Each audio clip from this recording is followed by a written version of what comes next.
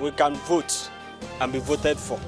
Also, recapitalization is also still going on, even as we speak.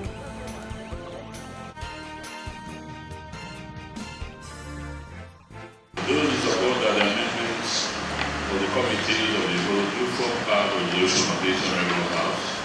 Those in favor say aye. Aye. Those against say nay.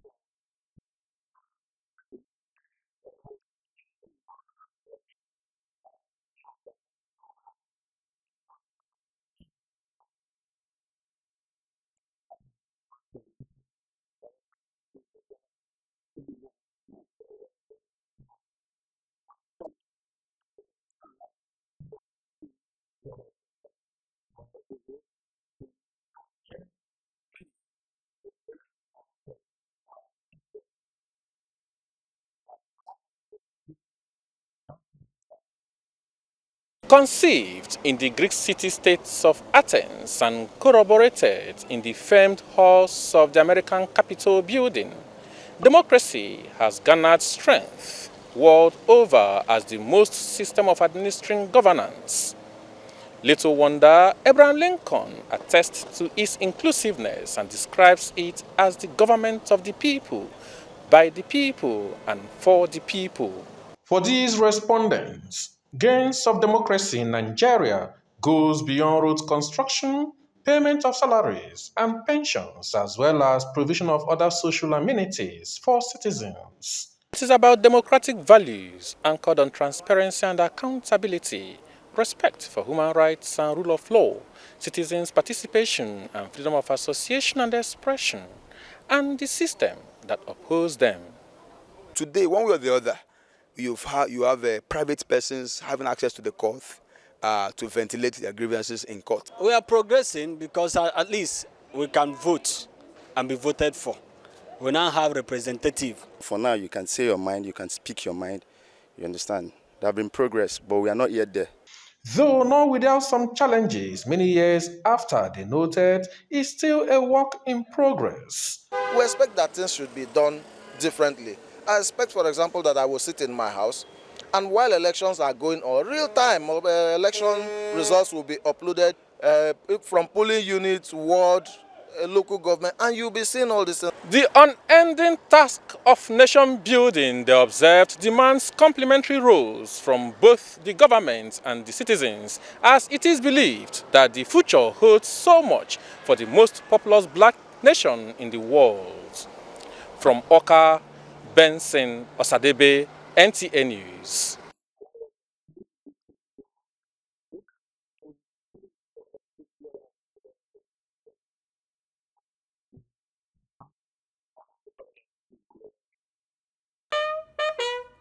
Transitioning from military to civilian rule in 1999 was an inevitable development. Our socio-economic and political trajectories indicate this.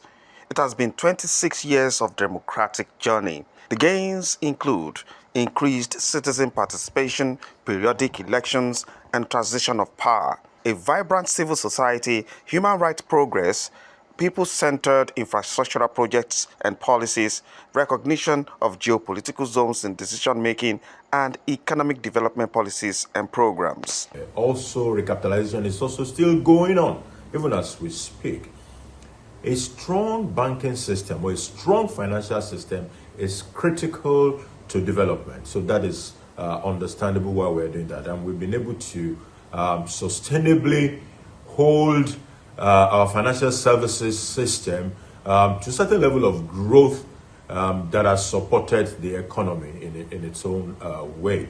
Challenges that continue to hinder the full realization of democratic dividends include electoral malpractices, insecurity, corruption, and ethnic religious divisions. Many scholars are convinced that these issues can be tackled through national integration. All of us have common interests: good roads, good educational system, functioning hospitals. If that is the basis on which state government interact with local government, state government interact with the federal government, local government interact with state government, local government interact with federal government interact with state government, federal government interact with local government. On the basis of this service delivery, would we be talking in terms of the problem that we are talking about now? The Renew Hope initiative of the present administration targets national integration from interlinking road projects, agricultural and empowerment programs to tax reforms and local government autonomy. In Lagos, Larry Bilayi, NTA News.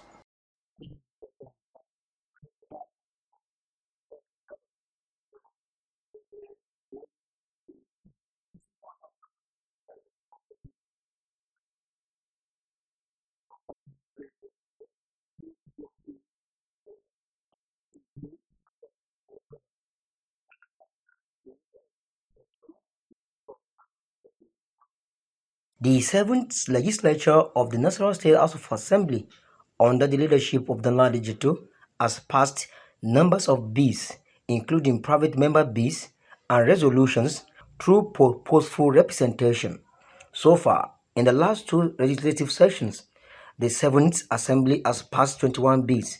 4 out of these are private member bills, showcasing their commitment to innovative legislation that benefit the citizenry and enhance good governance. A bill for a law to establish National State Inland Waterways Regulation Agency to regulate the carriage of passengers and goods across all waters and rivers within Nasarawa State and other matters connected therewith.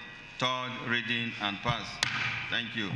Among these notable bills is the private member bill to provide for the regulation and control of issuance of land consent and community agreements to mining entity by mining communities, sponsored by member representing Kokona East constituency, Daniel Ogaogazi. It is a concern for the House, it is a concern for all the people of Nasarawa State that we will not allow our officers, both men and women, to be killed. For corporate mining entities, company shall pay a fine of the sum of 10 million naira or minimum of 2 years and maximum of 5 years imprisonment.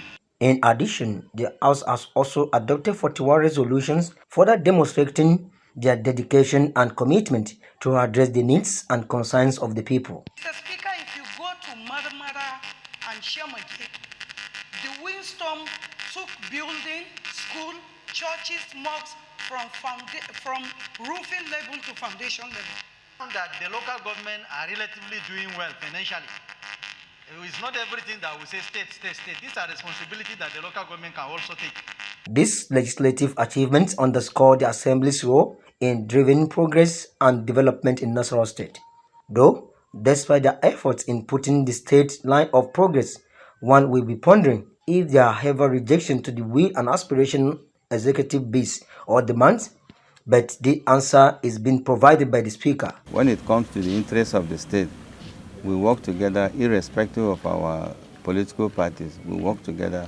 So we don't have anything, we have no reason to reject anything that is good for the people of Nasarawa State, because we are their representatives. So we know what is good for them, and we have been working tirelessly to see the progress of the state. So we are never rubber stamp. The 7th legislature's achievements serve as a testament to their tireless effort in ensuring that the voices of Nasarawa citizens are heard and represented. As they are returning to their constituencies and take a well-deserved break, the people of Nasarawa State can take pride in the strides made towards a better future.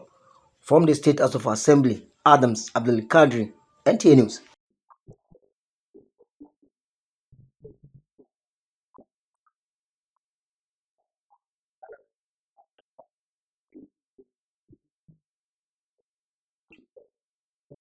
We have never had a democratic governance or anything in Nigeria better than what we're having now as legislators in the 10th Assembly. You can see from the various bills passed by a single person, 74 bills passed by the Speaker of the National Assembly, Abbas Tajuddin, single-handedly, he passed 74 bills.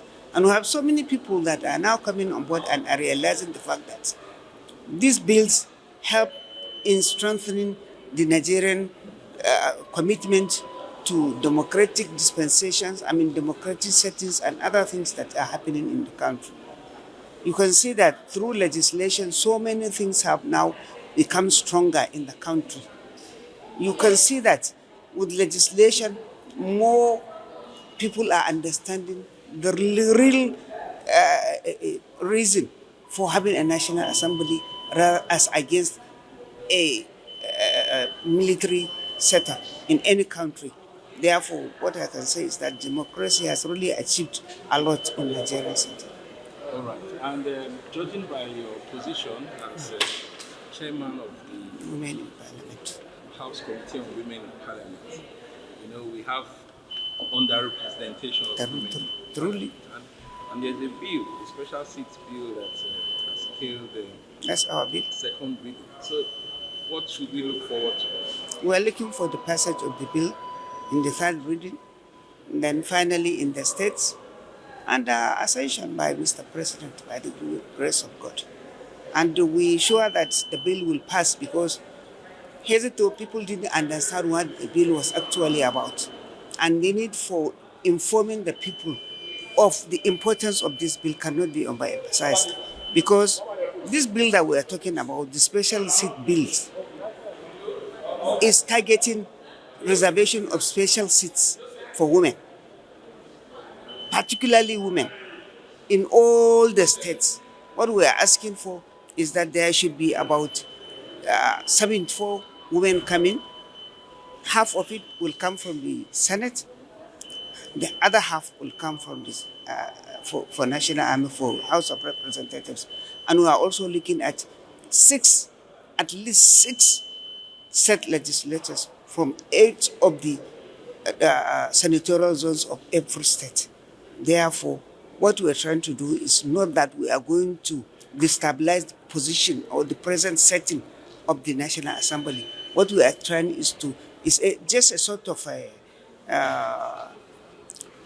we are trying to see if we can at least sensitize women by giving them support so that they will now come to the National Assembly, be supported to join the National Assembly, so that in future they can have it, they can fight it better and achieve what they want to achieve. That's what we want to do.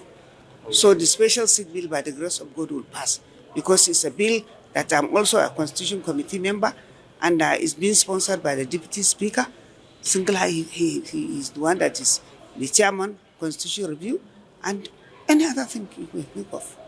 So by the grace of God, we'll have it done this with the special commitment from the leadership of the National Assembly that we have, and with the special commitment of the men that are in the committees that we have. Everything concerning women will come to pass. Formally, we have never had it like this before. This time around, we're having a difference. Okay, and so to my last question, what do you see as some of the challenges in our democratic journey, and how do you think we can surmount these challenges? Well, there is nothing in this life that has no challenge. Nothing. Even eating food, you have challenge in eating food. So you cannot think of anything without any challenge. But the way things are going, everybody's hand on deck, I believe that we can overcome all the challenges. We shall overcome all the challenges by the grace of God. I would like you to speak. When you list or name one of these challenges and how we can really surmount it. We have spoken just about one of it, which is the women participation in the National Assembly.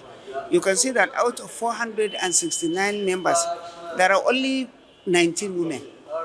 And there are bills that actually normally target women, like the domestic violence bills and other bills that were stepped down because of lack of two-third majority to make the bill pass. But with the present of this, with the present trend as we're going now, when we finish sensitization and this bill get passed, all bills concerning women will now be scaling through so that women will also have a soccer in the national activities by the grace of God. So one of these challenges is the issue of women participation, that we are having challenges in men to agree that we are trying to complement them and not that we are trying to become this equal to them. That issue of equality, I think, has always been a problem. So we are now looking for equity, not equality. We can never be equal to them. That's the root of the matter.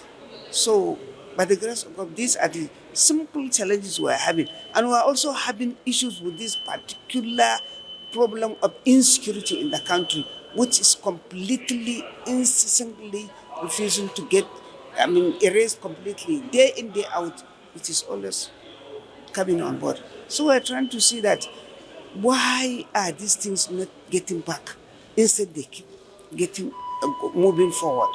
We want to see how we can be able to help Mr. President to tackle this problem through proper legislation. It's not that we don't have the legislation, but some of the rules and some of the instructions given are not followed. And some of the laws are not even domesticated in the states. There are certain things that need to be done and are not done.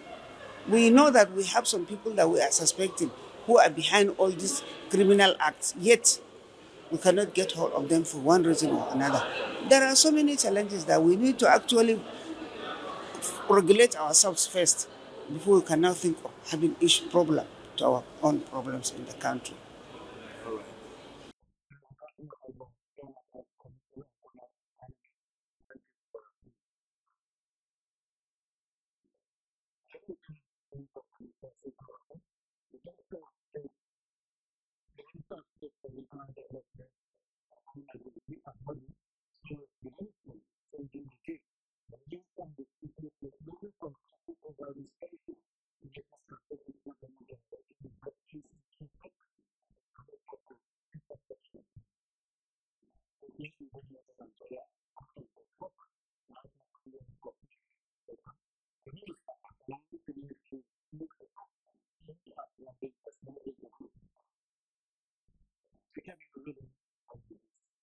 Since assuming office, President Bola Ahmed Tinubu's administration has set up 5 new regional development commissions for the Northwest, Southeast, Southwest, South-South and South-Central zones.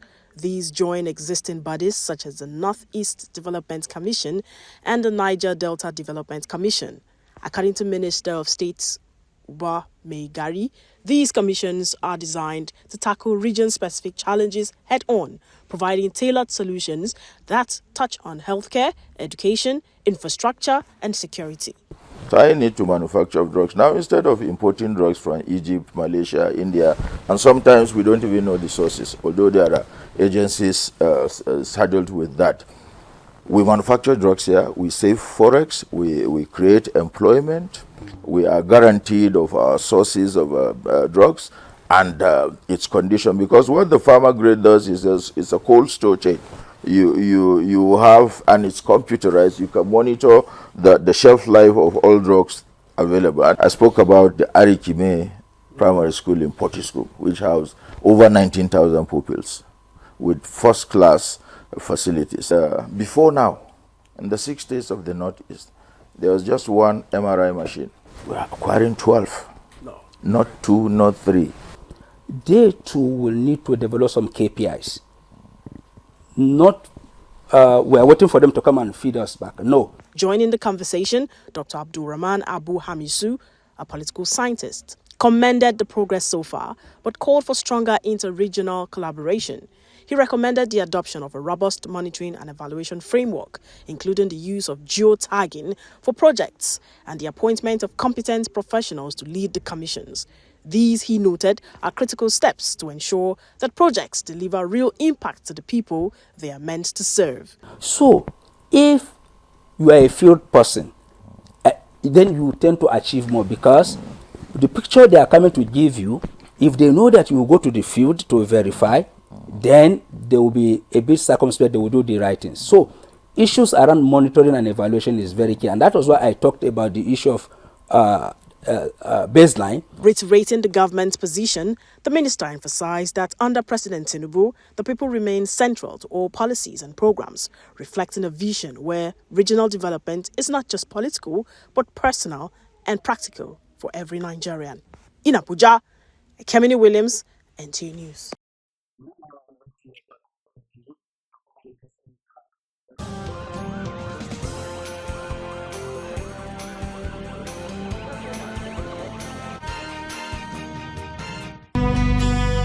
Are you looking for a short channel to make your business, goods and services go viral? Look no further, as NTA Parliament is your short channel. Take advantage of our wider reach and advertise your products and services on NTA Parliament DSTV channel 370, GoTV channel 126, StarTimes channel 306, and Free TV channel 706.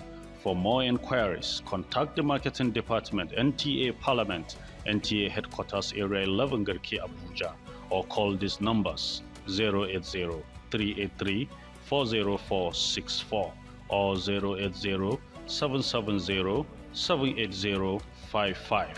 NTA Parliament, strengthening Nigeria's democracy.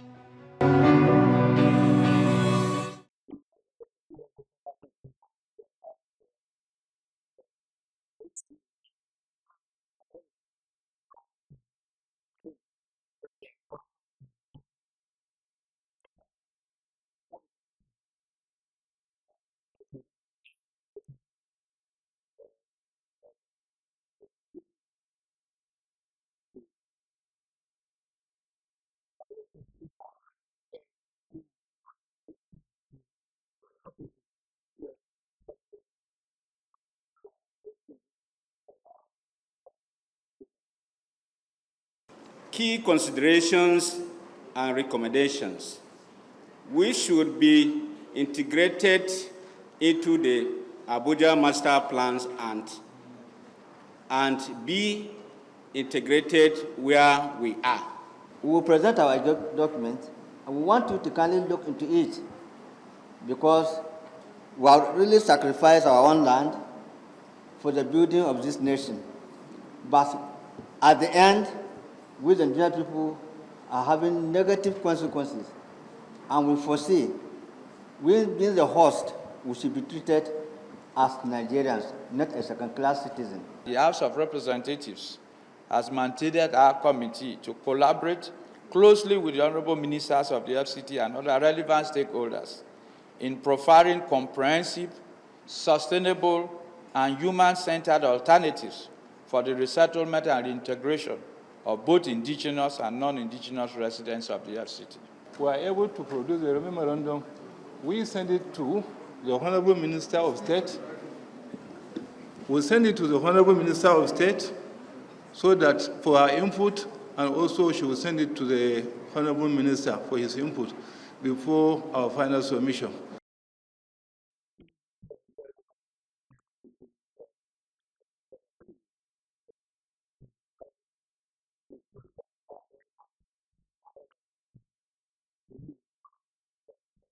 The bill, sponsored by Jude Ngobili, Ihiala constituency, scaled third reading after an exhaustive deliberations at the Committee of the Whole.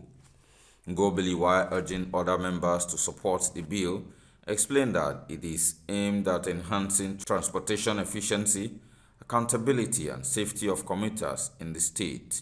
When an individual goes to the motor park, he will be able to be protected, and he knows that he is traveling with all his particulars also being deposited with the government. So it wouldn't be a situation whereby somebody will go to the park and no resume of that person is not taken. So the essence of this bill is to ensure that we have all this documentation done before somebody embarks on a journey. Reports of the Joint House Committee on Judiciary and Committee on Transport on a bill for a law to provide for the establishment of commuter manifest scheme in Anambra State and Speaker, want to move a motion for the House to resolve to the Committee of Whole for the consideration of the report of the Joint Committee on Judicial. Other members who lent their voices in support of the bill were unanimous in highlighting the importance of having a database for passengers in Anambra State. The Speaker, Right Honorable Somto Chukwudeze, commended the sponsor of the bill and the lawmakers for treating the bill with the urgency it deserves. All this is a true reflection of what transpired at the Committee of the Whole. Yes, Mr. Speaker. So those who support that the amendments for the Committee of the Whole do form part of the resolution of this Honorable House. Those in favor say aye. Aye. Those against say nay. The bill, which is expected to bring succor to travelers in Anambra State, will come into force on 17th June 2025. From the Anambra State House of Assembly, Daniel Okbai, NTA News.